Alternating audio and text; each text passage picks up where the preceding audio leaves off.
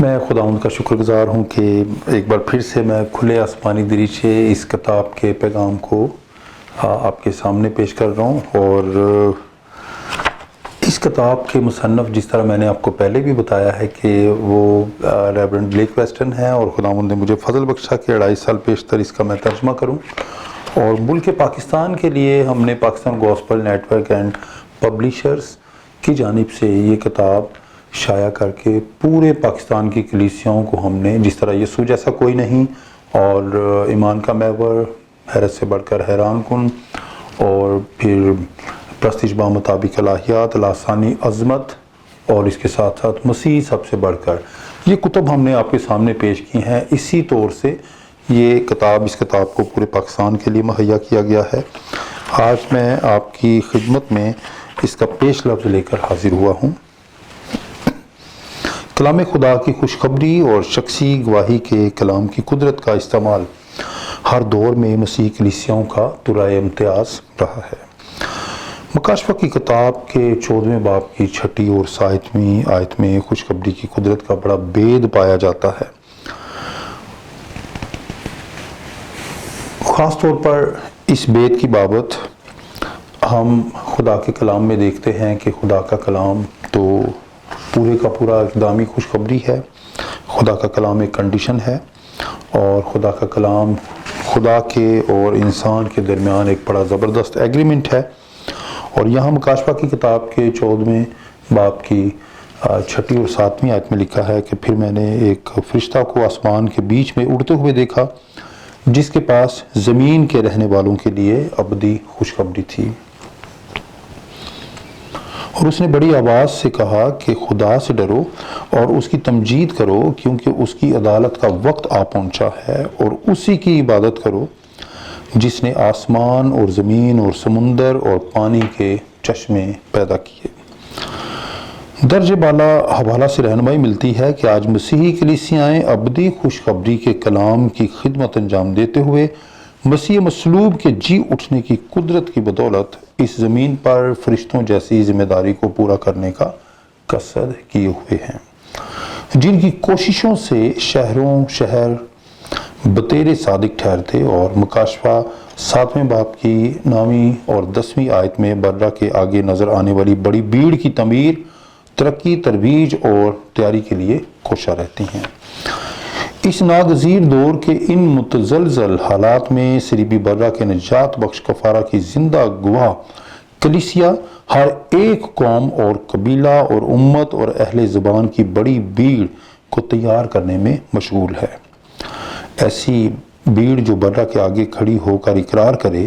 ستائش برے نعرے لگائے، جس کی زبان پر پرفضل گیت ہو کہ نجات ہمارے خداوند کی طرف سے اور برہ کی طرف سے ہے۔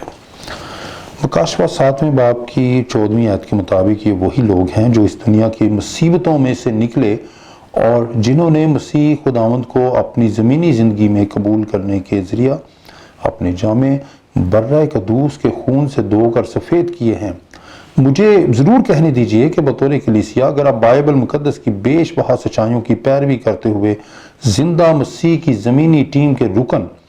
اور گواہی دینے کی خدمت پر مامور ہیں، تو آپ اس بڑی بھیڑ کو تیار کرنے والے اور مبارکباد کے مستحق ہیں۔ زیر نظر کتاب کا ہر ایک باب مجھے ایک دروازہ معلوم ہوتا ہے، جس کے ذریعے آپ برہ قدوس کو قبول کرنے کے وسیلے نجات دہندہ کی ابدی بادشاہت میں داخل ہونے کا فضل پا سکتے ہیں۔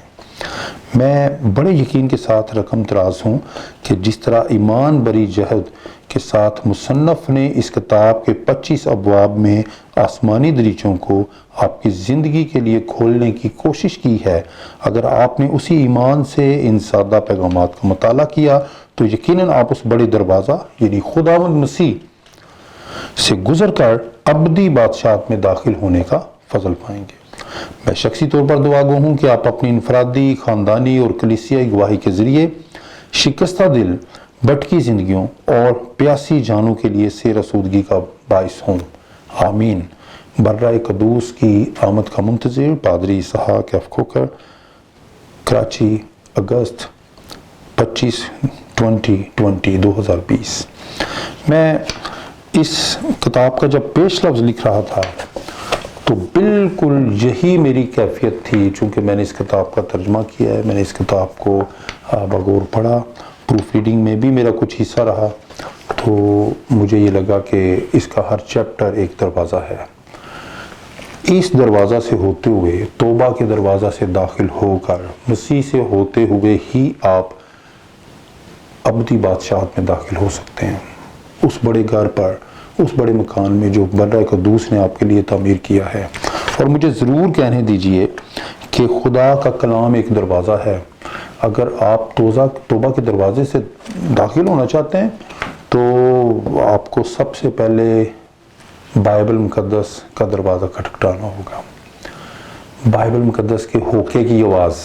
نرسنگے کی آواز, بائبل مقدس کی وارننگ کو, بائبل مقدس کی کنڈیشنز کو, بائبل مقدس کے اعلانات کو, بائبل مقدس کی اس آواز کو, سریلی آواز کو, اس ہتھوڑے کی آواز کو جو آج تک آپ کی زندگی میں, آپ کی زندگی کے سال کچھ بھی ہوں اور کتنی عمر ہو, بائبل مقدس کے ہتھوڑے کی آواز آپ کو آ رہی ہے, نرسنگا پھونکا جا رہا ہے کہ آپ کے لیے دروازہ کھلا ہے اور آپ آسمانی دریچے میں داخل ہو کر, دروازے میں داخل ہو کر آپ برہ قدوس کی ابدی بادشاہت کا حصہ ہو سکتے ہیں. میں دل کی گہرائیوں سے آپ کے لیے خداوند کا شکر گزار ہوں اور چاہتا ہوں, میری خواہش ہے, میری دعا ہے کہ آپ خداوند میں بڑھتے چلے جائیں اور بہتوں پر اس دروازے کو, کلام کے دروازے کو وا کرنے والے ہوں. خداوند آپ کو برکت دے. Pastor Ishaq F Khokhar, Pakistan gospel network Karachi studio سے.